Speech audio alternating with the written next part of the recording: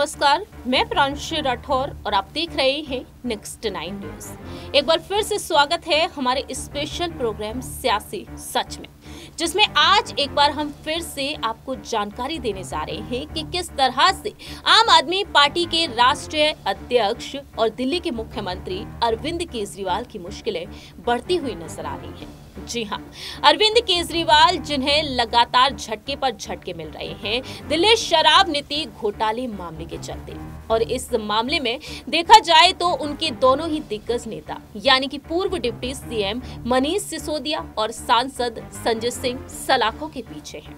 देखा गया है साफ तौर पर कि किस तरह से इन नेताओं की जमानत याचिका पर सुनवाई टाली गई और आज सुप्रीम कोर्ट ने अहम फैसला सुना दिया।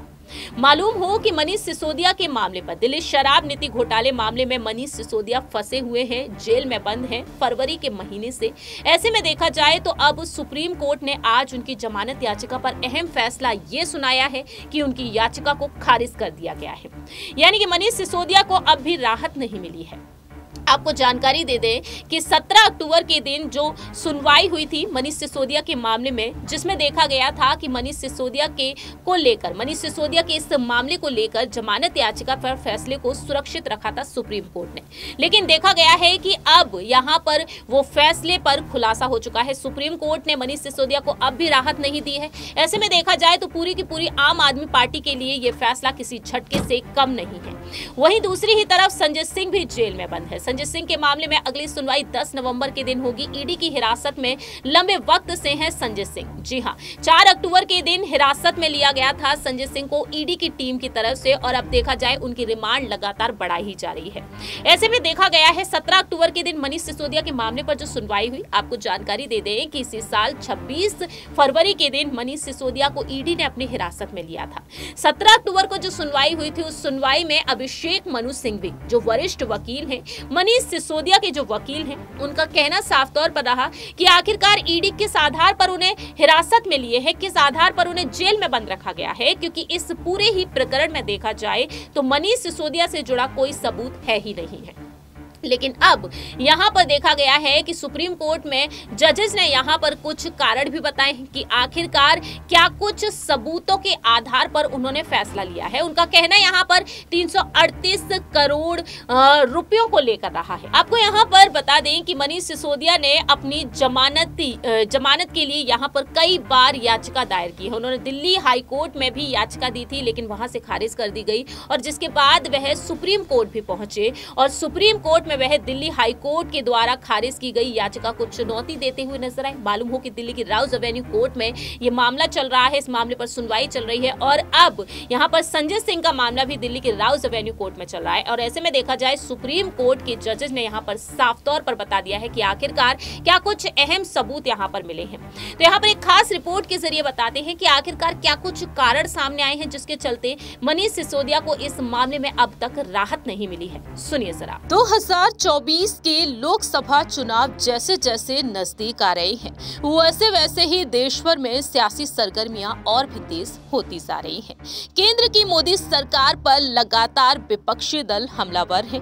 कहना यही है कि यहां पर सीबीआई और ईडी को आगे किया जा रहा है मोदी सरकार की तरफ से। देखा जा रहा है कि किस तरह से सीबीआई और ईडी की छापेमारी विपक्षी दलों के नेताओं के लिए देखने को मिल रही है। और ऐसे में ईडी के चंगुल में लंबे वक्त से फंसे हुए हैं दिल्ली के पूर्व डिप्टी सीएम मनीष सिसोदिया, तो वहीं अब आप सांसद संजय सिंह भी ईडी की हिरासत में हैं। दिल्ली शराब नीति घोटाले मामले में दोनों ही नेताओं की मुश्किलें कम नहीं हुई हैं। जानकारी दे दें कि पिछले 8 महीनों से जेल में बंद हैं मनीष सिसोदिया। सुप्रीम कोर्ट से उन्हें आज भी राहत नहीं मिली। आज सिसोदिया की याचिका पर सुनवाई करते हुए कोर्ट ने उन्हें जमानत देने से इनकार कर दिया। दिल्ली शराब नीति में कथित भ्रष्टाचार और मनी लॉन्ड्रिंग के आरोपों के चलते मनीष सिसोदिया को इसी साल 26 फरवरी को अरेस्ट किया गया था। लेकिन आज यहां पर उम्मीदें थी कि कहीं ना कहीं सुप्रीम कोर्ट ने जो फैसला सुरक्षित कर रखा था, आज उन्हें राहत मिल जाएगी। हालांकि ऐसा होता हुआ दिखाई नहीं दिया। आखिरकार मनीष सिसोदिया को जमानत क्यों नहीं मिल रही है, इसके कुछ कारण भी सामने आए हैं। इस मामले में नंबर 1 आरोपी बनाए गए हैं सिसोदिया। फरवरी में सीबीआई ने गिरफ्तार किया सिसोदिया पर। इस मामले में सबूत नष्ट करने और अन्य आरोपियों के साथ मिलकर कुछ शराब कारोबारियों के लिए मौद्रिक लाभ के बदले एक नीति लागू करने की साजिश रचने का आरोप है। और इसी के बाद ईडी ने मार्च में मनी लॉन्ड्रिंग के आरोप में सिसोदिया को गिरफ्तार किया। सुप्रीम कोर्ट ने पहले ट्रायल कोर्ट और दिल्ली हाई कोर्ट ने भी सिसोदिया की जमानत याचिका खारिज कर दी थी। लेकिन अब यहाँ पर देखा जाए तो मनीष सिसोदिया को राहत क्यों नहीं मिल पा रही है। इसका सबसे बड़ा कारण ये बताया जा रहा है कि सबूत नष्ट किए गए हैं। जिन आरोपों के आधार पर सिसोदिया की जमानत अर्जी अदालत ने खारिज की, उनमें से एक है सबूतों को नष्ट करना। जांच एजेंसी के सूत्रों के मुताबिक सामने आया कि 2020 में जनवरी से अगस्त 2022 के बीच सिसोदिया ने 3 मोबाइल हैंडसेट का इस्तेमाल किया। सीबीआई ने उनका आखिरी फोन 19 अगस्त 2022 को जब्त कर लिया। जब जांच एजेंसी ने उनके घर की तलाशी ली, जब्त किया गया फोन 22 जुलाई 2022 से ही सिसोदिया द्वारा इस्तेमाल किया जा रहा था, जिस दिन गृह मंत्रालय ने इस मामले को सीबीआई को भेजा था।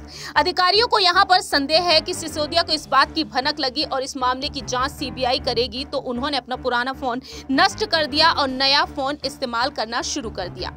अधिकारियों को यहां पर शक हुआ कि मनीष सिसोदिया ने मामले में डिजिटल सबूतों से छेड़छाड़ करने के लिए फोन को नष्ट किया है। ईडी ने अपने पहले आरोप पत्र में बताया कि अपराध की अवधि के दौरान सिसोदिया ने 1 दर्जन से अधिक मोबाइल फोन का इस्तेमाल किया और उनसे डिजिटल सबूत नष्ट कर दिए थे।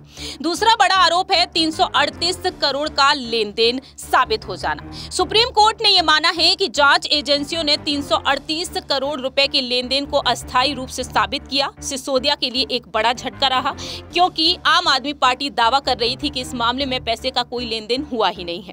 तीसरा बड़ा आरोप यहाँ पर आरोपियों से संबंध को लेकर है।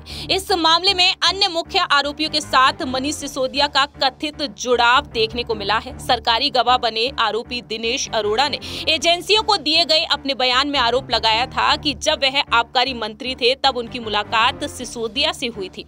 दिनेश अरोड़ा, मनीष सिसोदिया के अलावा यहाँ पर संजय सिंह के साथ कुछ अन्य नेताओं के नाम भी सामने आए हैं। वहीं यहाँ पर बड़ा कारण है सिसोदिया जिस तरह से इस मामले में फंसते हुए नजर आए हैं, उसे देखते हुए कथित घोटाला जब हुआ तब सिसोदिया उत्पाद मंत्री थी। एजेंसियों ने इन पर आरोप लगाया कि मनीष सिसोदिया मंत्रालय का नेतृत्व कर रहे थे, तब अनुकूल नीति लाई गई थी। ये असंभव है कि उन्हें अपनी नाक के नीचे हो रहे घोटाले की जानकारी नहीं थी। वहीं यहाँ पर एक और बड़ा आरोप ये निकलकर सामने आया। एजेंसियों ने जज के सामने एक तर्क दिया था कि दिल्ली के पूर्व उप मुख्यमंत्री मनीष सिसोदिया शराब नीति मामले में गवाहों को धमका सकते हैं।